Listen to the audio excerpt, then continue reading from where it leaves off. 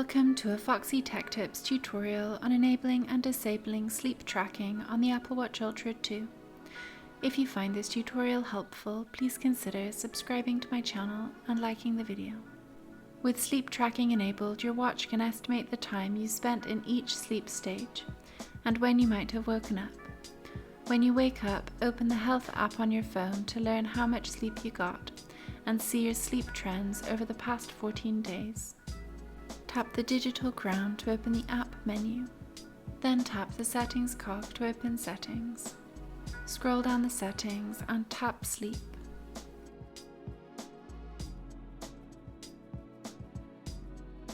Then scroll down and tap the toggle to the right of sleep tracking to enable or disable the setting. When the toggle is green, your watch will track your sleep. When grey, it will not. And that draws an end to this tutorial. Please like the video if you found it helpful and subscribe to Foxy Tech Tips for more Apple Watch Ultra tips and tricks.